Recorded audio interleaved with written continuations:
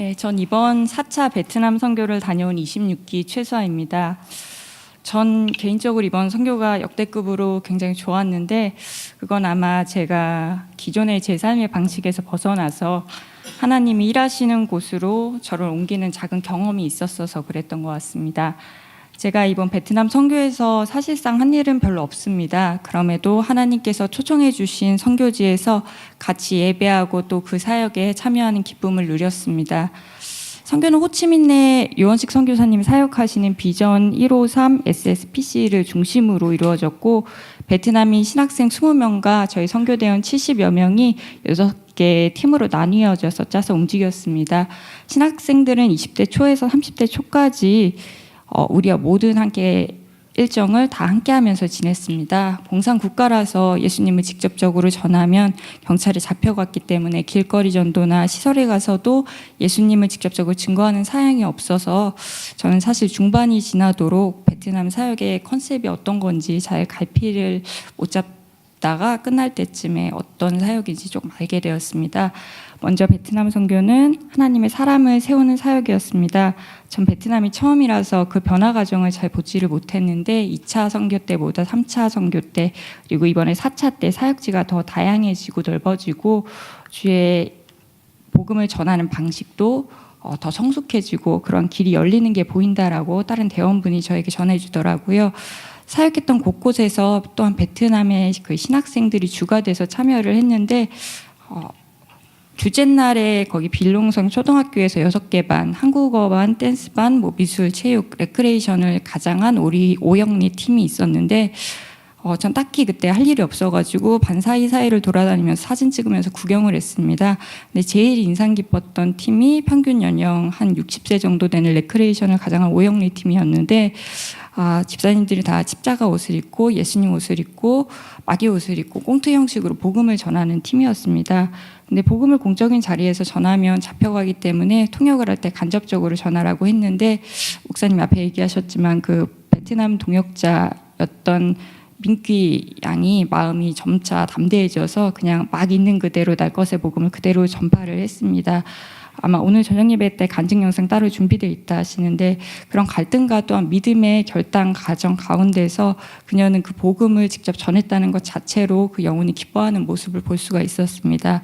그리고 목요일에 사역지 중에 장애가 있는 아이를 돌보는 시설에 저희가 들렀습니다. 그곳에서 1시간을 저희에게 맘대로 쓰라고 주었고 저희 팀 젊은 대원들 20대와 보통 30대 초반 그리고 준비팀이 춤추고 노래하고 막 헤드 스핀을 하면서 온몸을 다 불살랐는데 시간이 한 30분밖에 안 지나 있더라고요.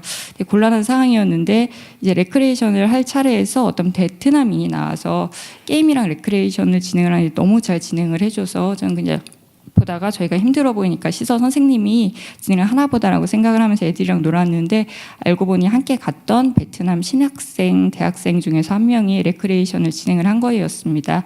하나님이 저희가 뭐 한다고 생각을 했었는데 이렇게 선교 중에서 베트남 신학생들, 기독교인들을 또한 세우고 쓰시는구나 하고 볼 수 있었습니다. 그리고 저희 베트남 선교는 예배를 하고 하나님의 임재하심을 체험하는 사역이었습니다.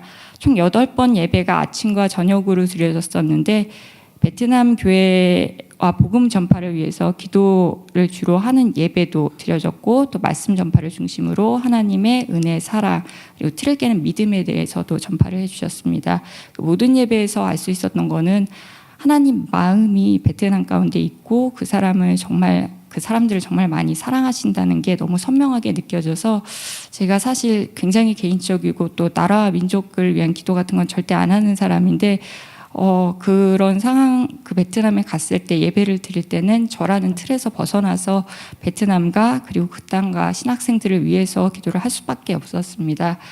그리고 특별히 예배 중 2번의 예배를 나누고 싶은데 하나는 목요일 무인의 지역에서 드려진 예람제 베트남 친구 초청 예배였습니다. 찬양을 계속하고 예배를 준비하는데 사람들이 점점 몰려서 총 한 200여 명의 사람들이 강당을 다 채웠고 우리 선교 70대원과 신학생들 그리고 베트남 기독교인들 비롯해서 또한 처음 온 사람들이 한 20-30명 정도 된다고 들었습니다. 처음 찬양과 기도 시간을 또 베트남 신학생들이 인도를 했는데 열정적으로 율동하고 찬양하고 또한 기도하면서 저희가 구분 없이 하나하나 돼서 마음껏 드려지는 기쁨이 제가 중1 때 처음 수련회 가서 예수님 인격적으로 영접했을 때 그때 그 기쁨을 떠오르게 했습니다. 말은 통하지 않았어도 우리 대원과 그리고 교회가 베트남 선교를 위해서 기도한 것 이상으로 그 베트남 신학생들과 기독교인 예배자들이 이람제 예배를 위해서 기도하고 준비했다는 것을 느낄 수 있었고, 또 하나님한테 있어서도 그 예람제가 참 기쁜 예배였고 잔치였고, 또 초청된 누군가한테는 삶을 바꾸는 하나님 처음 만나고 경험하는 예배였을 거라 느껴졌습니다. 또 두 번째는 마지막 날 드려진 광야 예배입니다. 무인의 화이트 샌드dun이라는 사막에 저희 선교대원들 새벽 4시 반에 모여서 출발해서 사막 들어가서 90여 명이 함께 찬양하고 또 선포하는 말씀을 들었습니다. 이후 목사님이 모두 다 그냥 무조건 흩어져서 아기 있는 엄마들, 애기들은 그냥 냅두고 30분 동안 큰일 안 나니까 냅두고 아무도 보이지 않는 곳에 다 떨어져서 홀로 30분간 기도를 하라고 했습니다. 저는 기도하는 시간 가운데 왠지 그곳에서 기도하면 정말 하나님이 다 들어주실 것 같아서 베트남에 대한 기도도 하고, 그리고 오랫동안 있고 있던 제 교수님, 가족, 친구, 내 기도 모두 다 아뢰고 또 기쁜 마음으로 나왔습니다. 거기서 후에 전해 들은 말에 의하면은 베트남 신학생 한 명이 온몸을 구르면서 울며 이 땅을 위해서 기도를 많이 했다라는 이야기를 전해 들어서 그들이 예수님을 또 믿고 사역의 길을 간다는 게 정말 광야길이구나, 그리고 그런 음성을 하나님이 분명 들으시고 일하신다는 것을 느꼈습니다. 저는 사실 대부분 이성적으로 생각하고 행동하다 보니 저희 교회 선교 많이 있잖아요. 1년에 베트남, 네팔, 말레이시아, 대만, 인도, 일본. 앞뒤 선교 2번씩 너무 심하지 않나. 참여하지 않으면서도 계산하기 또 많이 바쁘고 순식간에 시간이 지나가서 최근 3년간 보니까 해외 선교를 참여를 못했더라고요. 근데 사실 무한하신 하나님 입장에서 제가 가는지 안 가는지, 그리고 우리 교회에서 이런 사역을 감당하는지 안 하는지 뭐 그거는 그렇게 중요하지 않은 것 같습니다. 하나님 어차피 하나님의 일을 누군가를 통해서 이루실 테니까요.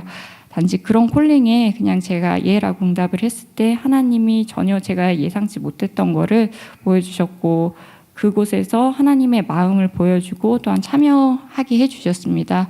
광야 예배 같은 경우는 저희 베트남 신학생대원들 뿐만 아니라 우리 교회 성도 모두에게 있어서 다시 없던 시간이어서 또한 그런 복 주신 하나님께 감사드립니다. 2019년도에 선교가 많이 예정되어 있는데 각자 하나님의 부르심이 있으면 그 콜링에 잘 응답하시길 바랍니다. 그리고 기도해 주신 성도분들께 감사드립니다.